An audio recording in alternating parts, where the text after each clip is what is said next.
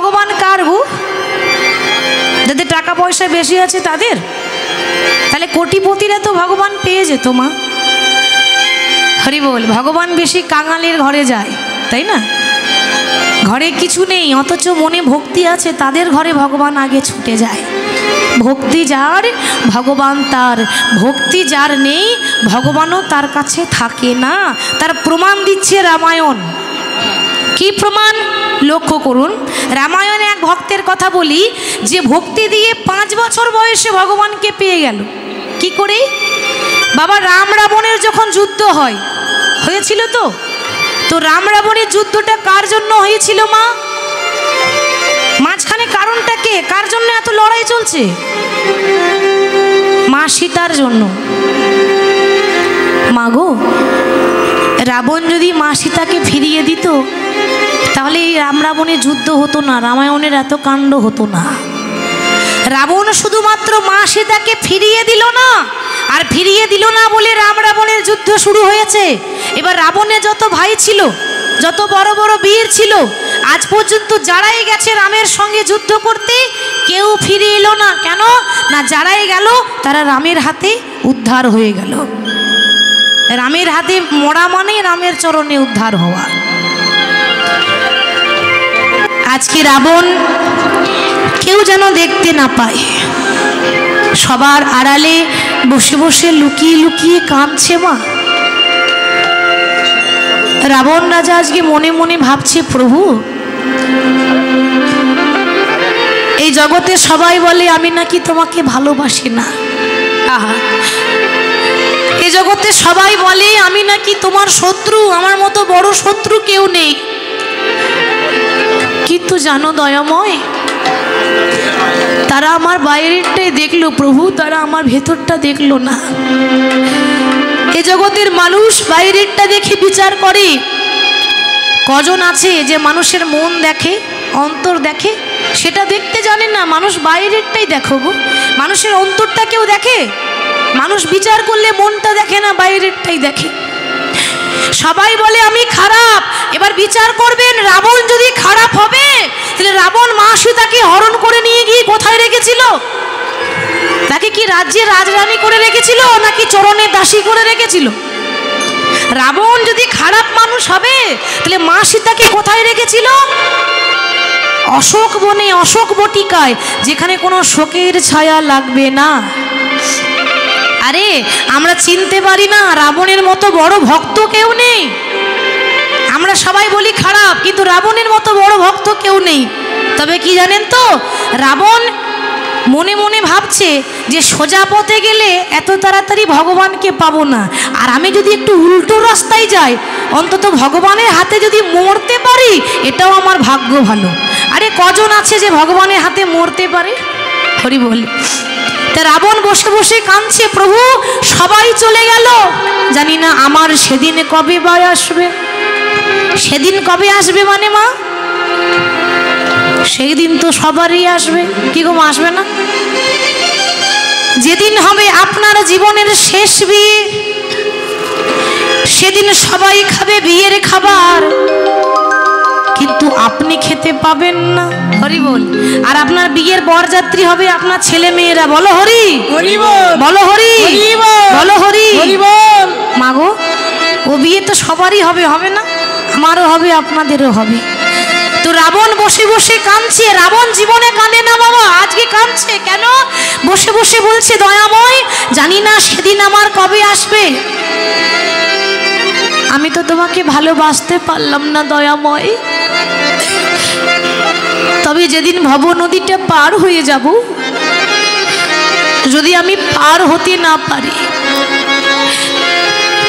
তুমি আমার একটু হাতে ধরে পার করে দিও। তুমি তো সবারই মাঝি, সবার হাত ধরে নদীটা পার করে দাও, তো সেদিন আমায় যেন পার করে দিও। আমার জীবনে নদীর নাইয়া রে,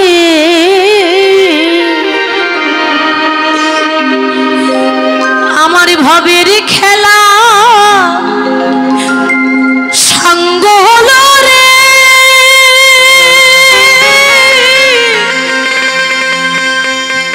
সেদিন দিও পার করি আরে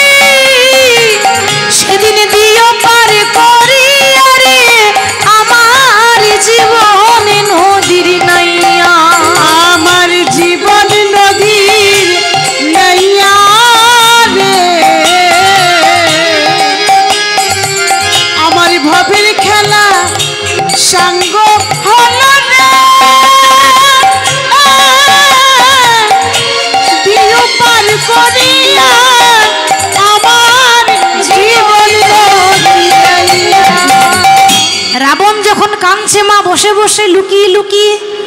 হঠাৎ একজন ছুটে এসেছে, সে কে জানেন? রাবণের বংশের শেষ সম্বল, রাবণের ভাইপো। বয়স হচ্ছে 5 বছর, নাম হলো তরণী।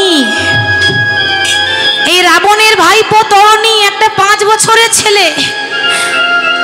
খেলা করতে করতে হঠাৎ দেখছি তার জ্যাঠামশাই কাঁদছে। মা, রাবণ তো জ্যাঠামশাই, রাবণের ভাইপো। তো তরণী হঠাৎ ওই রাবণকে জড়িয়ে ধরে বলছে, জ্যাঠামশাই, ও জ্যাঠামশাই, তুমি কাঁদছো কেন গো?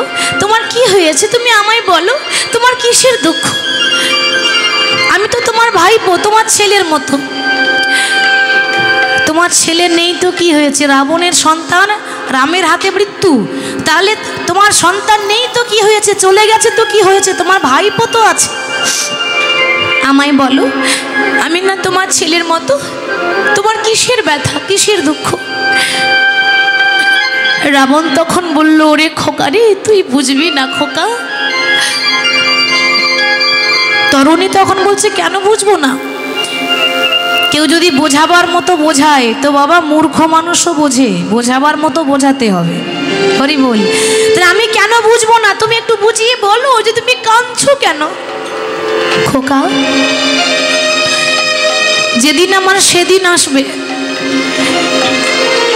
আমি যদি যেতে না পারি, নদীটা যদি পার হতে না পারি, আমার হাতটা ধরে তুই একটু পার করে দিবি খোকা। মাগো, তরুণী তো ছোট্ট ছেলে বাবা, 5 বছরের ছেলে। তরুণী বুঝতে পারলো না মা যে এ যাওয়াটা কোন যাওয়ার কথা হচ্ছে। এ যাওয়া যে শেষ যাত্রা, সেটা ছোট ছেলে এত বোঝে না। তরুণী বলছে, ও জ্যাঠামশাই, কি বলছো তুমি? আরে যেতে গেলে তুমি কেন যাবে? যেতে গেলে আমি যাব। আমায় অনুমতি দাও, আমি যাব। আজকে তোমাকে কথা দিয়ে গেলাম, কাল সকালে আমি যাব রামের সঙ্গে যুদ্ধ করতে। তবে যাওয়ার আগে তোমার কাছে কিছু চাইতে নিতে এসেছি জ্যাঠামশাই, কিছু চাইতে এসেছি।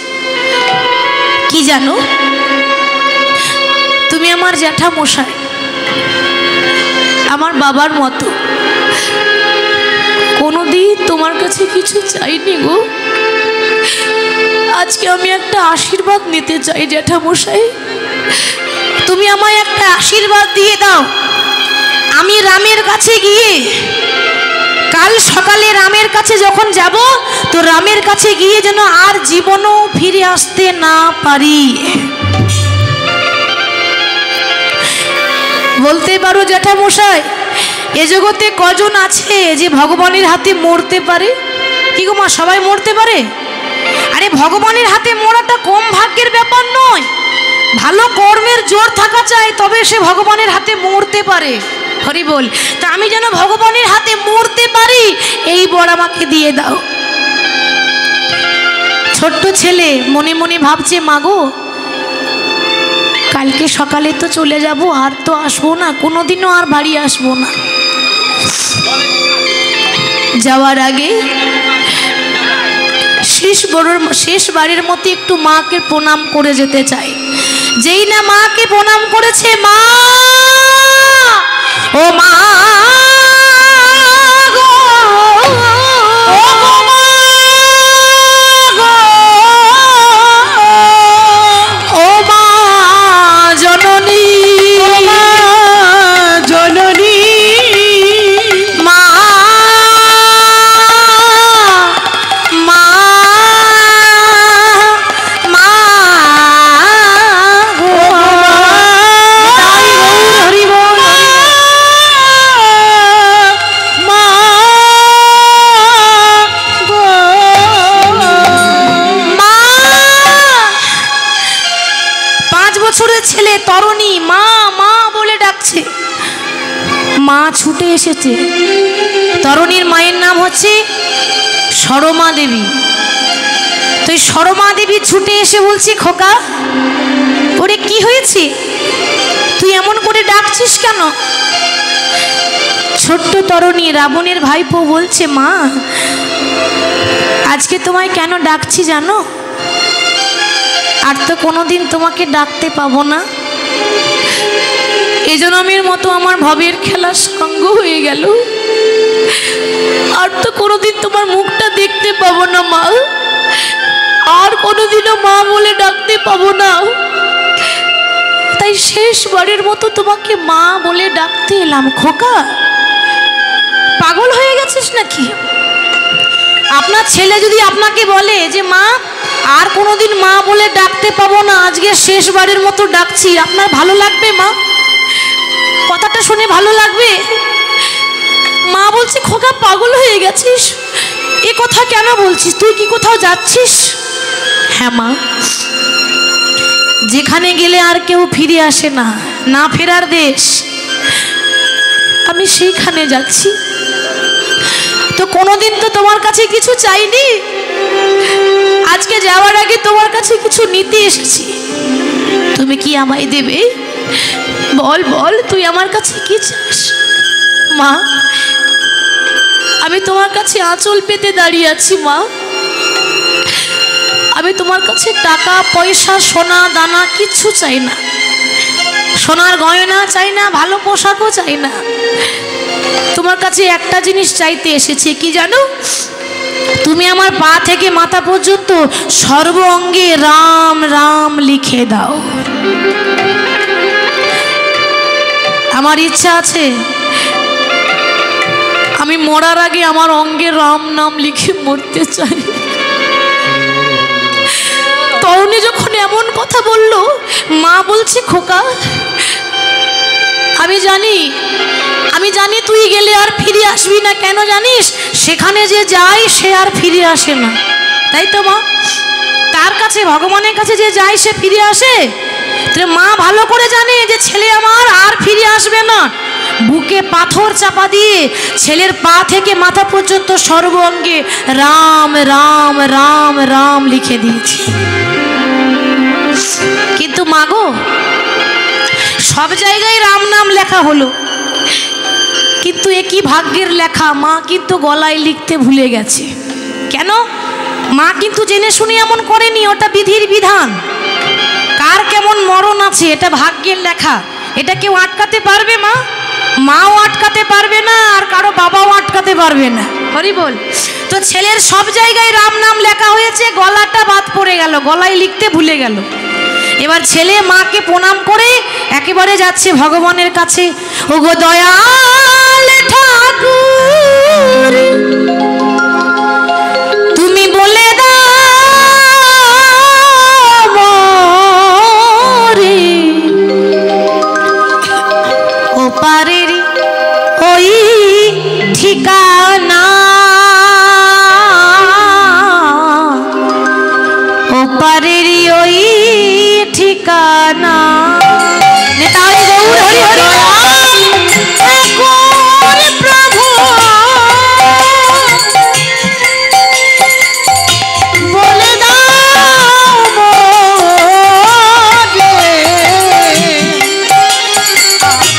ও পারে ওই ঠিকানা, ও পারে ওই ঠিকানা। সেই পথে ধরে একদিন চলে যাব আমি, থাকিবে না অজানা ওই পারে ওই ঠিকানা, ও পারে ওই ঠিকানা।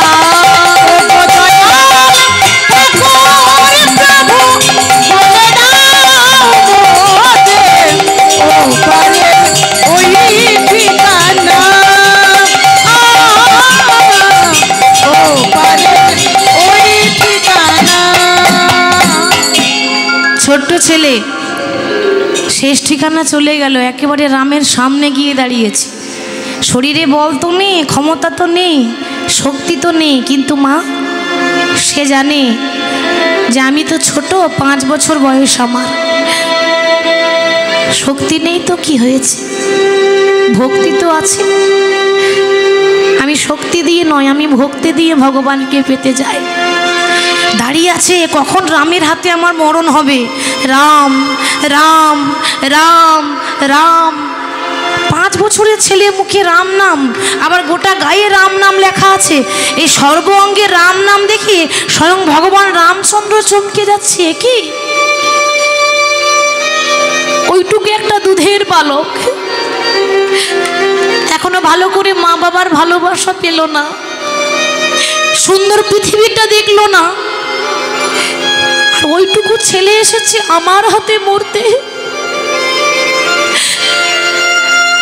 এই মুহূর্তে যে আমার চোখের সামনে দাঁড়িয়ে আছে সে তো আমার ভক্ত, আমি কি করে তাকে আঘাত করব? ভগবান হয়ে নিজের ভক্তকে কি আঘাত করা যায়? কিন্তু না না, এখন এটা আমার কর্তব্য। কেন? কারণ আমার ভক্ত দাঁড়িয়ে আছে রাবণের পক্ষে, মানে অধর্মের পক্ষে, আর আমি দাঁড়িয়ে আছি ধর্মের পক্ষে। আর ধর্ম যখন বিচার করা হয় তখন আপন পর বিচার করে না, তাই না? আপন মানুষও যদি পাপ করে তো পাপ পাপ, ধর্ম ধর্ম, অধর্ম অধর্ম। ভগবান ধর্মের রাস্তায় দাঁড়িয়ে আছে আর তারই ভক্ত অধর্মের রাস্তায় দাঁড়িয়ে আছে। তাহলে ভগবান এখন করবে তো কি করবে? হঠাৎ রাম মনে মনে ভাবছে ঠিক আছে, আমি তরুণীকে বধ করার আগে আমি একটু বিভীষণকে পরীক্ষা করে দেখব যে বিভীষণ আমাকে বেশি ভালোবাসে না নিজের ছেলেকে বেশি ভালোবাসে। নিতাই গৌর হরি হরি বল। এই তো ভগবানের পরীক্ষা। ওমা ভগবান নিজের মুখে বলেছে গো, যে করে আমার আশ আমি তারই করি সর্বনাশ। দেখেছেন? আমার কথা নয়, ভগবান বলছে যে যে হরি হরি করবে, যে বেশি ভগবানের নাম করবে, যে সবসময় সৎ পথে চলে, আমার প্রথম কাজ হচ্ছে তাকে রাস্তার ভিখারি বানিয়ে দেওয়া। আমি সেই মানুষগুলোকে রাস্তার ভিখারি বানিয়ে দিই, ভগবান বলছে। কিন্তু মা, তবু যদি না ছাড়ে আমার পাঁচ, তারপর হই আমি তার দাসীর অনুদাস। আমি আমার ভক্তকে কৃপা করার আগে ভালো করে যাচাই করে দেখব যে ভক্ত আমার হয়ে কথা বলে না নিজের ছেলের হয়ে কথা বলছে। যেই না ডাক দিয়েছে বিভীষণ, আগে প্রভু তুমি আমায় ডেকেছ? হ্যাঁ হ্যাঁ তোমায় ডেকেছি, এসো এসো আমার কাছে এসো। একটা প্রশ্নের উত্তর দাও তো। একটা 5 বছরের ছেলে এসেছে আমার সঙ্গে লড়াই করতে, আমি তাকে চিনি না, তাকে জানি না, তা তুমি একটু বলতে পারবে ছেলেটার নাম কি, ও কার ছেলে, কোথা থেকে এসেছে? কথাটা কাকে জিজ্ঞাসা করছে? হরি বল। এ তো অন্য কেউ নয়, বাবাকে জিজ্ঞাসা করছে ছেলের পরিচয়। আরে যে ছেলেটা এসেছে ওর বাবা বিভীষণ রামের পক্ষে আছে, আর ছেলে আছে রাবণের পক্ষে, মানে বাবা ছেলে দুজন দুপক্ষে দাঁড়িয়ে আছে। তাহলে এবার ভগবান দেখতে চাইছে যে বাবা ছেলের পক্ষ নেয় না আমার পক্ষ নেয়, একটু আমিও দেখতে চাই। বলো বিভীষণ, ছেলেটার নাম কি, ছেলেটা কোথা থেকে এসেছে, তুমি কি তাকে চেনো? বিভীষণ দূর থেকে তাকিয়ে দেখে মনে মনে ভাবছে, আহারে বিধাতা যেন এরকম দিন কোনো বাবার জীবনে না আসে। আমি কি করে বলবো যে ওটা আমার ছেলে? আমি যদি বলে দিই যে ওটা আমার ছেলে, তাহলে প্রভু আমার ছেলেকে মুক্ত করে দেবে, ঘরে পাঠিয়ে দেবে। আর ছেলে যদি আবার ঘর চলে যায় তাহলে ভগবানের হাতে মৃত্যু হবে না, উদ্ধার হতে পাবে না। আমি বাবা হয়ে পরিচয় দেব না। এ জগতে প্রত্যেকটা বাবা হয়তো আমাকে বলবে যে তুমি বাবা নও, তুমি বাবা নামে কলঙ্ক।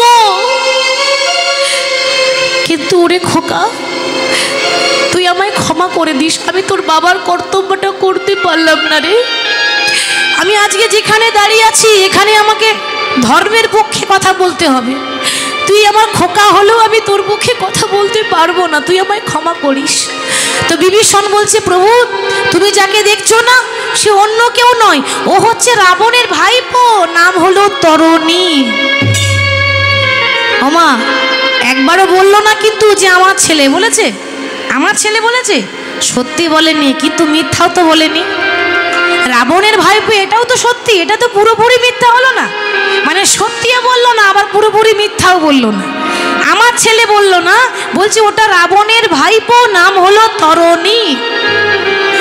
রাম তখন বলছে, বাহ বাবা হয়ে ছেলের পরিচয়টা দিলে না, তবে আমিও ভগবান, আমিও দেখতে চাই যে তুমি কতটা কাঁদতে পারো, একটু দেখি তোমার কত ধৈর্য আমি একটু দেখি।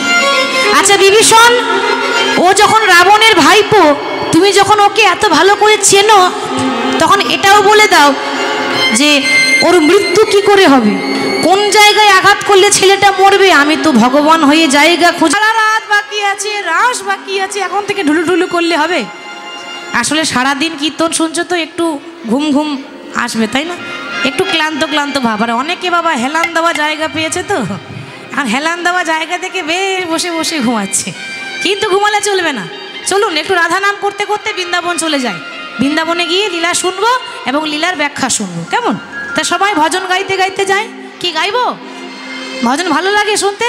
বেশ, ঠিক আছে, সবাই মিলে গাইবো। রাধা রাধা রাধা রাধা, ও রাধা রাধা রাধা বলো, ওরে মন যদি যাবি, যদি যাবি, যদি যাবি মধুর বৃন্দাবন। রাধা রাধা, সবাই মিলে, সবাই মিলে রাধা রাধা রাধা রাধা বলো, ওরে মন যদি যাবি মধুর বৃন্দাবন। রাধা রাধা রাধা বলো, ওরে মন যদি যাবি মধুর বৃন্দাবন।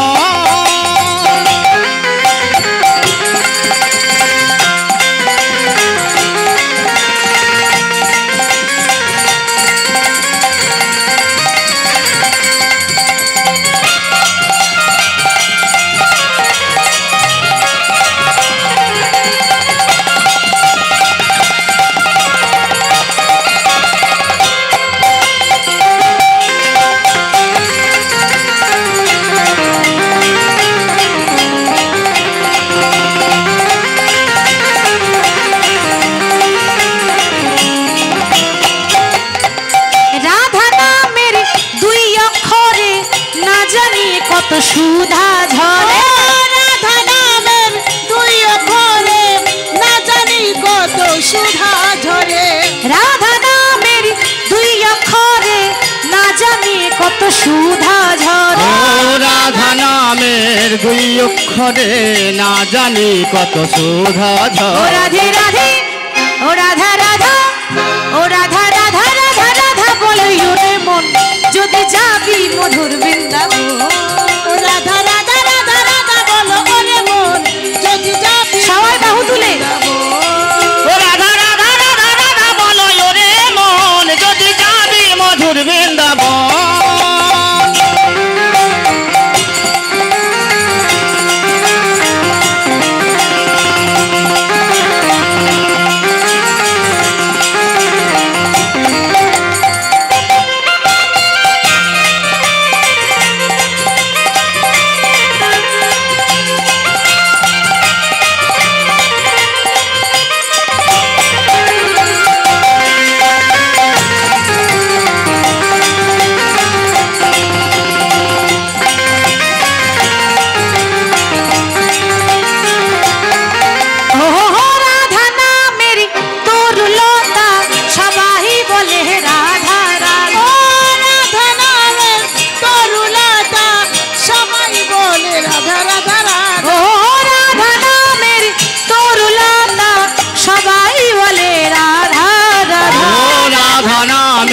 তরুলতা সবাই বলে রাধা রাধা। ও রাধা রাধা রাধা রাধা, ও রাধা রাধা রাধা রাধা বলো, ওরে মন যদি যাবি মধুর বৃন্দাবন।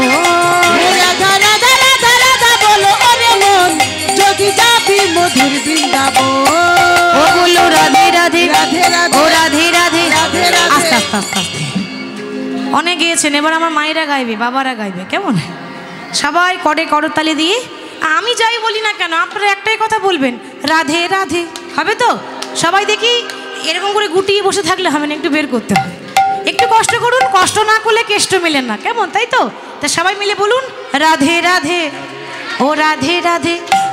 वृंदावन में, केशी घाट में, बंशी बट में गली गली में राधे राधे कुंज गली में राधे राधे मधुबन में राधे राधे मधुबन में राधे राधे तालबन में राधे राधे हाथीर बन में राधे राधे द्वादश वन में राधे राधे हमारी प्यारी राधे राधे सबकी प्यारी राधे राधे प्रेम से बोलो राधे राधे अब से बोलो राधे राधे हाथ उठा के राधे राधे ताली बजा के राधे राधे जोर से बोलो राधे राधे और जोर से राधे राधे और जोर से राधे राधे और जोर से राधे राधे राधे राधे राधे ओ राधे राधे राधे ओ राधे राधे राधे ओ राधे राधे राधे ओ राधे राधे ओ राधे राधे ओ राधे राधे राधे राधे राधे राधे राधे राधे बोलिए राधा रानी की বাহ রাধা রাধা রাধা রাধা বলো ইউরে মন যদি যাবি মধুর বৃন্দাবন রাধে রাধে রাধে রাধে বলে ওরে মন যদি যাবি মধুর বৃন্দাবন ও রাধা রাধা রাধা রাধা বলো ওরে মন যদি যাবি মধুর বৃন্দাবন। বৃন্দাবন যাওয়ার সময় একটু রাধা নাম গাইতে হয়, রাধা নামে জয়ধ্বনি একটু দিতে হয়, তাই রাধা রাধা বলতে বলতে বিষয়ে চলে এলাম। এবার আজকে ভগবান শ্রীকৃষ্ণ লীলার নামটা আগে বলেছি, রাধারানীর সতীত্ব প্রমাণ। এবার যেটুকু বলবো লীলাটাকে বজায় রেখে, লীলার বাইরে চলে গেলে হবে না বাবা, তাই তো? লীলার বাইরে চলে গেলে সেটা হবে না, লীলার মধ্যে থাকতে হবে। তো আজ একটু সবাই বসে যাবেন, স্থির হয়ে যাবেন, বাকিটা শেষে হবে, ঠিক তো? বেশ, মানে হাজমোল্লা তো খাবারের শেষেই দেয়, আগে তো দেয় না। এবার যারা হাজমোল্লা খাবেন, একটু নৃত্য করবেন, ভজন শুনবেন, তাহলে একটু বসতে হবে, একটুখানি বসুন, শেষে হবে, শেষে গাইবো, আগে লীলা হয়ে যাক, বিষয় হয়ে যাক। তো আজ মধুময়ী সিধাম বৃন্দাবনে বৃন্দাবনে আজ শ্রীদামে সুদামে দামে বসুদামকে সঙ্গে করি, বসুদামিকে সঙ্গে লয়ে ভগবান প্রতিদিন যেমন বিনোদে খেলাই মেতে থাকি, বিনোদী খেলাই মেতে থাকে। আজ গোবিন্দ আমার সখাদের সঙ্গে বিনোদে খেলাই মেতে বিনোদী আছে। খেলাই